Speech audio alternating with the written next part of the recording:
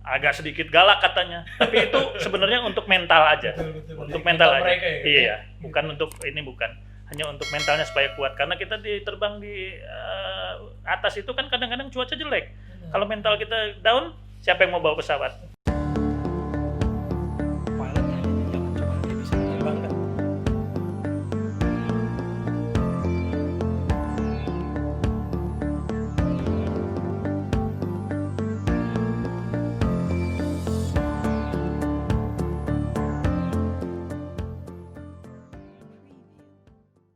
Berawal dari hobi sampai akhirnya menjadi seorang pilot, bahkan menjadi instruktur di penerbangan.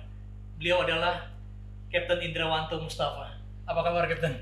Baik, terima kasih. Sehat-sehat selalu ya, Kapten? Alhamdulillah sehat. Kita izin buka masker sebentar sih, Siap. tapi saling kita Ya. udah rapid test ya, Kapten? Sudah. Gitu, dan physical distancing terjaga nih, Ya, Kapten. oke. Tapi acara podcast ini, Kapten. Siap. Kapten kan hobi di bidang aviasi, Kapten, awalnya ya. Ya. Boleh diceritakan nggak, Kapten, gimana sampai akhirnya bisa menjadi pilot, Kapten? Oke, jadi awalnya dulu di Bandung, rumah kebetulan dekat dengan Bandara Hussein Sassanegara. Jadi waktu kecil sering main sepeda ke sana, ke bandara. Bisa. Lihat pesawat glider, lihat pesawat waktu itu Fokker 27 yang take off landing. Lama-lama tertarik, jadi hampir sering sekali ke bandara untuk melihat pesawat gitu. Jadi awalnya kenapa suka penerbangan itu? Oh, dari situ gitu. Dari situ ya. Itu masih SD gitu ya? Masih SD. Masih Masih SD. Jadi saya dulu di Bandung tuh tahun sekitar 70 awal lah. 70 awal. Terus akhirnya gitu? Setelah senang penerbangan, saya ke Jakarta 76 gitu main air modeling. Oh, awalnya main Air modeling ya, gitu. karena masih kecil main air modeling. Jadi, itu dulu belum yang kontrol ya? Masih yang... Sudah. Oh, sudah. Sudah. Kontrol, Jadi awalnya yang UC namanya. Oh, UC. U-line pakai tali itu. Muter gitu ya? Setelah bisa itu terus mulai ke radio kontrol. Oh, okay. Yang 70 akhir lah, nggak nyampe 70 tengah-tengah gitu. Yang radio kontrol, habis itu diperkenalkan oleh kakak terbang gantole. Oh, akhirnya pakai pesawat gantung. Itu umur berapa tuh, Kip? Jadi tahun 76 tuh 13-14 tahun lah. Wah, Saya sempat jadi penerbang termuda waktu itu. di gantung itu? Di Indonesia, terbang gantole termuda. Waduh, Jadi seru, teman-teman istimewa. saya SMA dan kuliah, saya SMP sendiri. Oh, masih SMP? Masih SMP sendiri. Terus Dari gantole sampai dari SMP sampai SMA, selesai SMA saya sekolah ke Amerika. Sekolah penerbangan di sana. Oh, akhirnya sekolah pilot. Saatnya sekolah pilot di Amerika. Awalnya nggak boleh. Oh. Jadi masuk ke college dulu di Amerika 1 tahun nggak jadi apa-apa. Banting setir. Sekolah pilot ya? Jadi Di sana ya? jadi belajar sekolah pilot. Itu lulus tahun 85. Join ke Garuda 86. Alhamdulillah sampai sekarang. Oh, akhirnya dari masuk Garuda tahun 86 sampai sekarang? Sampai sekarang. Wah, sudah cukup lama juga gitu ya? Lumayan Di Garuda 30 itu. berapa tahun, 4 ya. Ya. Nah. Dan terbang pesawat apa Kip di Garuda gitu? Sekarang 737. Oh, 737 ya, NG ya? NG. Dan sebagai instruktur juga Kip ya? Kebetulan ya. Di sana ya? NG ya. Kebetulan. Gimana Kip? Ada cerita-cerita menarik nggak Kip? Ya banyak lah murid-murid yang bervariasi lah gitu. Iya. Kadang-kadang kita mesti menyesuaikan sama murid-murid. Agak sedikit galak katanya, tapi itu sebenarnya untuk mental aja. Betul. Untuk Jadi mental aja. mereka ya? Iya, bukan untuk ini, bukan. Hanya untuk mentalnya supaya kuat. Karena kita terbang di atas itu kan kadang-kadang cuaca jelek. Benar. Kalau mental kita down, siapa yang mau bawa pesawat? Betul. Jadi Dan- kira-kira ke situlah. Ya, dan juga harus siap kalau terjadi sesuatu ya? Iya, Kip, iya, ada betul. malfunction dan segala macam. Betul. gitu ya? Jadi kita mental harus kuat juga. Baik. Hmm. Terus selama waktu di flying school gimana Kip? Ada cerita-cerita menarik juga? Di flying school itu karena saya dulu sekolah di Amerika, sekolahnya itu hanya orang Indonesianya saya sendiri. Jadi nggak bisa berdiskusi sama orang lain yang orang Indonesia juga. Dan orang di sana waktu itu temennya dari Arab sama dari Meksiko. Dan di sana sistemnya sendiri-sendiri terbangnya. Oh. Jadi dia mau terbang kemana jam berapa suka-suka dia, saya suka-suka, jadi nggak pernah ketemu. Iya, Jadi ya sendiri-sendiri, kadang-kadang nyasar-nyasar juga gitu loh. Cuman karena di sana mungkin lebih canggih dari sini ya tahun itu ya. Pada saat itu ya, pada saat ya? itu, Pada saat itu. tahun 84 gitu. Jadi kita tinggal minta flight following apa gimana tuh Langsung dipandu sama dia. dipandu ya, gitu ya. Hmm. Baik. Dan memang waktu itu alat-alatnya cukup lengkap lah ya di pesawat. Kalau gitu ya. di pesawat sih di Amerika sih cukup bagus lah. Baik. Tapi sekarang di flying school sekarang juga lengkap ya, sudah Ya. ada transponder dan segala macam. Ya, tapi dulu kan tahun 8 saya masuk tuh 84 kalau nggak salah 85, 84. Jadi ya mungkin agak ada perbedaan jauh antara Amerika dan di Indonesia mungkin Iya. pada zamannya Pada ya. saat itu ya, gitu Pada ya. saat itu. Ya. Baik. Tadi kayak sebagai awal di aeromodeling, kemudian menjadi pilot termuda Gantole pernah. Itu gimana kita terbang Gantole gitu? Ya agak ini juga saya tuh waktu itu. Jadi agak apa ya? Nekat juga gitu loh. Belajar juga dengan instruktur yang ada yang antara kita aja instrukturnya. Jadi kalau terbang nanti kalau speednya terlalu kencang dorong, kalau speednya terlalu pelan tarik. Taunya pelan, taunya kencang dari mana kita nggak tahu. Nggak ada airspeed ya? Nggak ada airspeed indicatornya nggak ada. Jadi tapi saya lakukan gitu loh tuh kayaknya aneh sekali gitu loh. Tapi ya itulah pengalaman yang di Gantole gitu.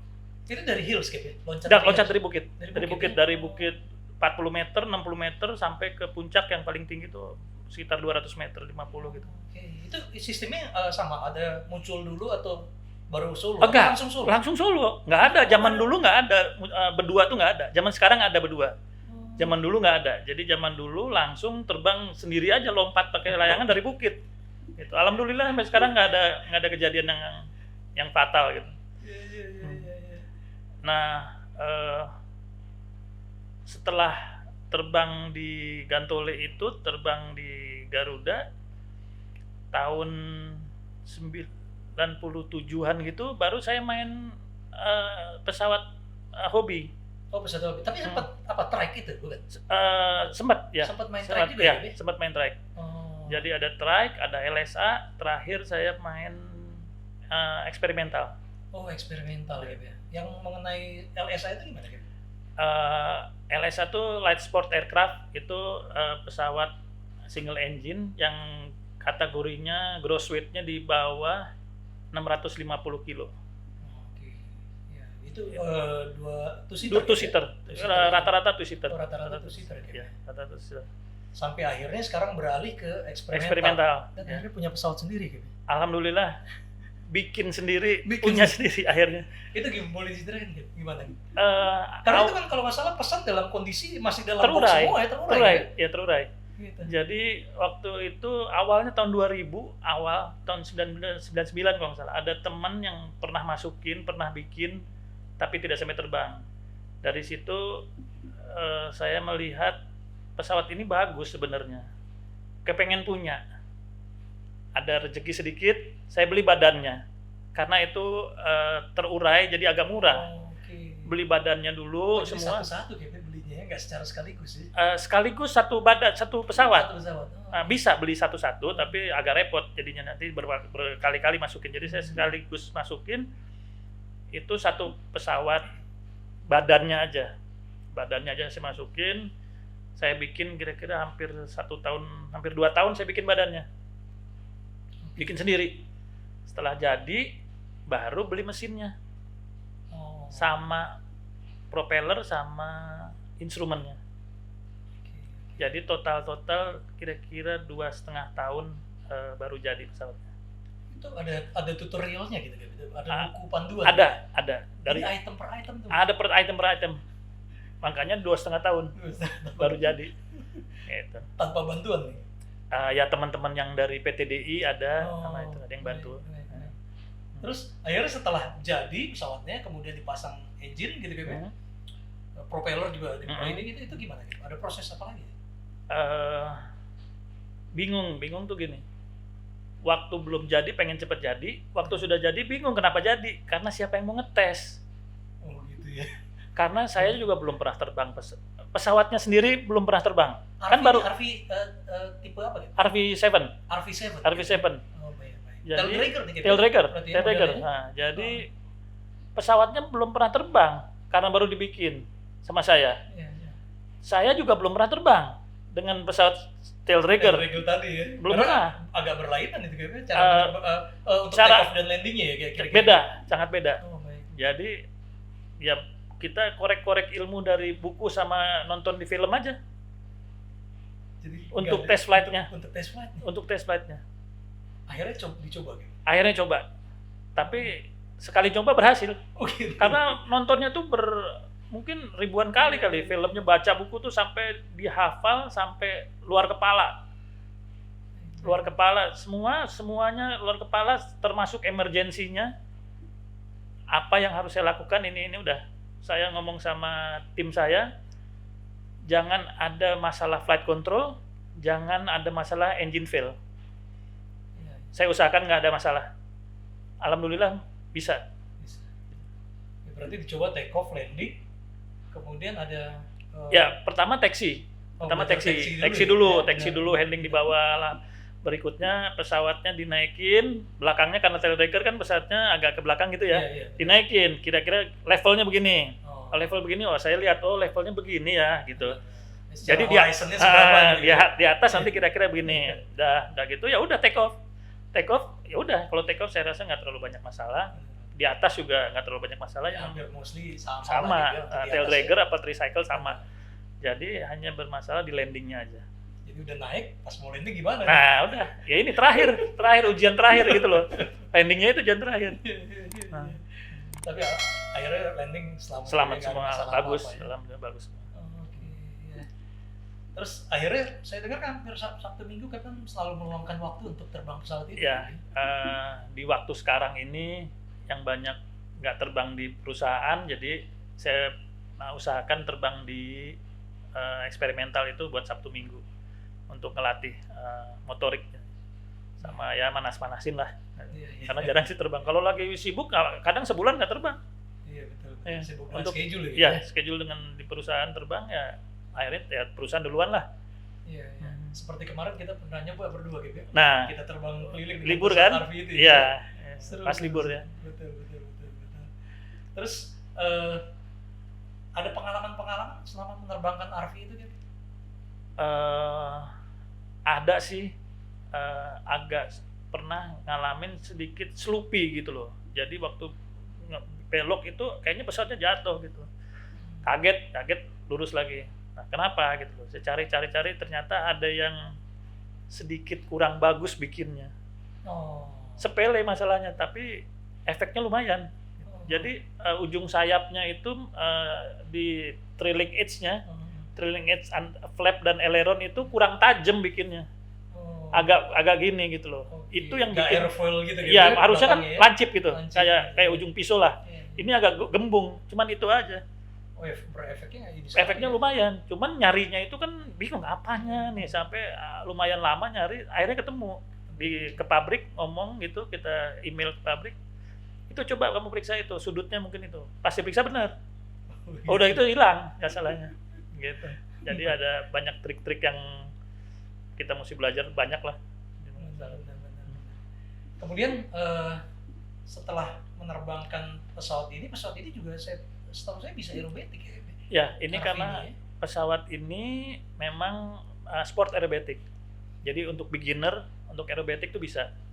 Awalnya dari sini. Jadi low speed, low G untuk bikin aerobatic. Baik kalau gitu. Makanya pilih ini pesawatnya. Karena bisa dipakai cross country, bisa juga dipakai aerobatic. Gitu. Oke. Kita kembali waktu Captain awal masuk Garuda nih, Captain. Ya. Awal masuk Garuda itu di rating pesawat apa ya? Waktu itu 86 saya masuk Garuda training di Fokker 28. Oh, oleh Fokker 28. Awalnya Fokker 28. Baik. Training tahun 86. Kemudian akhirnya gitu?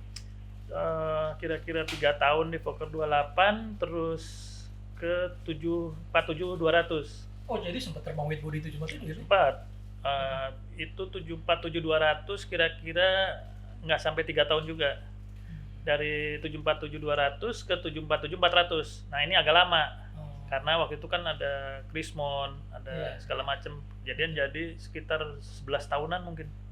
Di 747-400. 747-400. Tahun 2000 awal gitu baru ke turun jadi kapten di klasik 737 klasik. Oh, 737 klasik. Ya. Seri 300-400 ya? 300, 400, 500. Oh, 500 ya. Ya. Garuda punya juga kan? Sampai 86-an gitu. sorry, 2006 baru pindah ke 800, seri 800 sampai sekarang. Oh, oke. Dan itu udah terbang kemana-mana gitu ya, 747 Ya, bisa kemana tuh? alhamdulillah 5 benua di dunia udah semua. Oh, udah nyobain. Udah semua, Betul, udah semua. betul, betul, betul. Australia, Asia, Eropa, Amerika, Afrika udah semua. Waduh. Nah dulu sempat terbang di Tunis. Oh, ada ini Cap ya. Ada joint operation antara Garuda Situsi sama waktu itu, ya kan, Situsi. pertama kali ya, Itu ada hampir 4 bulan lah di sini, di sana. di Afrika Utara. Sementara waktu itu zaman 747 sampai ke Honolulu ya. Ya dulu kan sekolah di Amerika. Oh. Dia 747 dulu Eropa rutenya. Oh, Eropa. Sama Spanyol ya. Terakhir. Oh. Ke Timur Tengah, Spanyol, ke Jepang, Australia pernah juga. Baik, baik, baik. Jadi lumayan. Sekarang kan berprofesi sebagai instruktur nih, Cap. Ya. Saya waktu masuk Garuda sebagai instrukturnya adalah Kapten Indrawanto nih sebagai Iya, iya. instrukturnya saya. Iya, nih, iya. Cap. Kita terbang bareng nih Iya, waktu itu, Cap. ke Surabaya saya ingat tuh. Betul. Tiba-tiba your control katanya. Waduh, saya ini. Iya, iya, iya. Gitu, jadi Iya. Kapten ini kan instruktur saya juga Cap, Iya. gitu ya. Tadi baik sebagai instruktur ataupun line pilot di Garuda punya pengalaman menarik nggak, Cap? Selama di Garuda ya, ada sih kejadian beberapa kali. Dulu di Fokker 28 pernah abort take off karena pintu locknya nggak bagus. Baik. Di NG juga pernah sekali, kasusnya sama. Kalau di 747 waktu itu kena kesambar petir, lagi take off. Jadi lagi take off di Frankfurt saya ingat. Alhamdulillah nggak ada apa-apa. Sama satu lagi pernah engine fire di Bangkok waktu itu. Waktu itu Cap. Waktu itu di Bangkok. Ya, ya, Jadi ya. kita dump fuel 1 jam, turun lagi. Oh akhirnya RTB ya RTB ke Bangkok lagi. Ke Bangkok lagi Cap, ya. Dia pesannya kejadian-kejadian yang abnormal atau emergency itu dia nggak pernah ngomong, makanya kita harus siap gitu aja. Ya makanya pilot itu harus belajar gitu. Dan belajar, proficiency check juga harus terus, ya itu fungsinya. Baik. Mhm. Sedikit kembali ke hobi yang tadi, kayak hobi trek. Mhm. Saya dengar kan Captain dalam trek itu sampai Pernah jauh tuh jauh Cap, ya. perjalanan ya. Jadi kira-kira tahun 99 kalau nggak salah, kita terbang di Lido waktu itu, ada klub di sana di Lido. Hanya terbangnya di situ terus gitu loh. Terus tercetus kenapa kita nggak cross country kemana gitu, yang agak jauh gitu, karena memungkinkan. Akhirnya kita bersepakat ke Bali waktu itu langsung. Yang kedua ke Bali. Yang pertama itu kita coba trial itu ke Solo. Ke Solo Dari Lido ke Solo gitu. dari Lido. Jadi lewat Cirebon, Semarang baru ke Solo. Pulangnya ke lewat Jogja, terus Cilacap, Pangandaran, Pamengpeuk baru kembali. Nah, itu sebagai trial kita cross country trek itu waktu itu ada 5 apa 6 pesawat. Nah, yang kedua ini yang terjauh waktu itu kita 7 pesawat itu ke Bali. Bolak-balik tuh 10 hari. Pulang pergi 10 hari. Pulang pergi 10 hari. Karena kita menclok-menclok, speed kita kan rendah. Iya. Menclok. Jadi lama perjalanan pun panjang ya Cap? Panjang, Iya. panjang. Iya. Jadi paling lama terbangnya berapa lama gitu? Pesawatnya sendiri bisa 4 jam.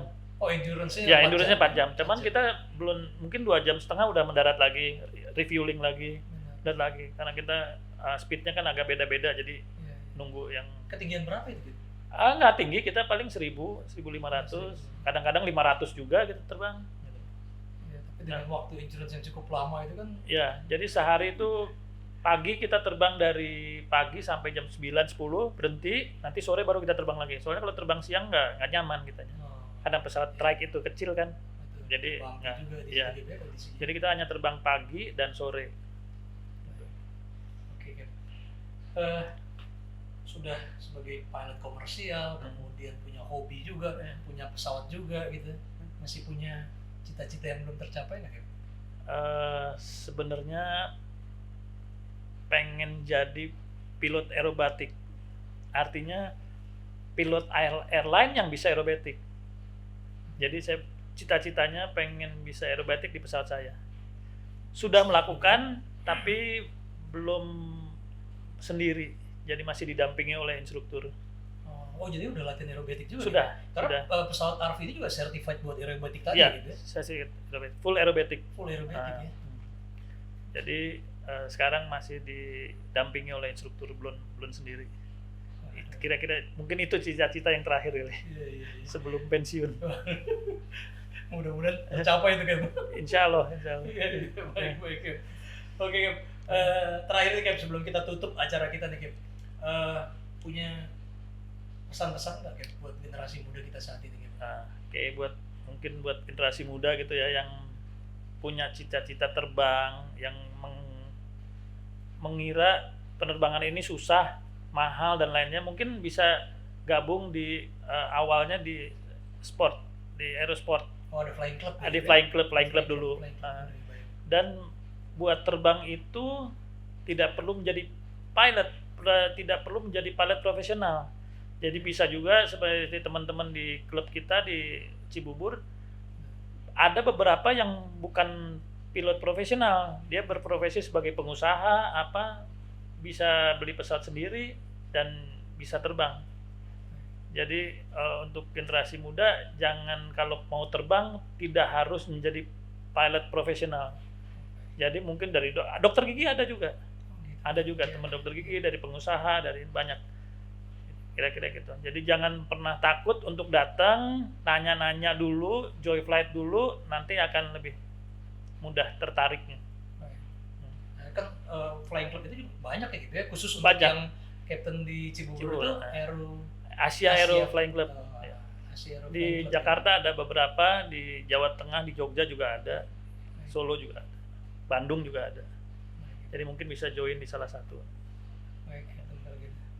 Oke Cap, terima kasih Sama-sama. atas waktunya Cap. Ya, terima kasih. Saya nanti mau cobain hobi ini terbang lagi. Silakan Captain, ya? datang aja ke Ya, Cibubur, nanti kita range, nanti kita terbang lagi. Baik Captain. Oke. Terima kasih atas waktunya. Terima kasih. Semoga berjumpa kembali Cap di lain kesempatan. Terima kasih. Ya. Akhirnya harus kita akhiri juga acara obrolan aviasi kita kali ini. Jangan lupa like, komen,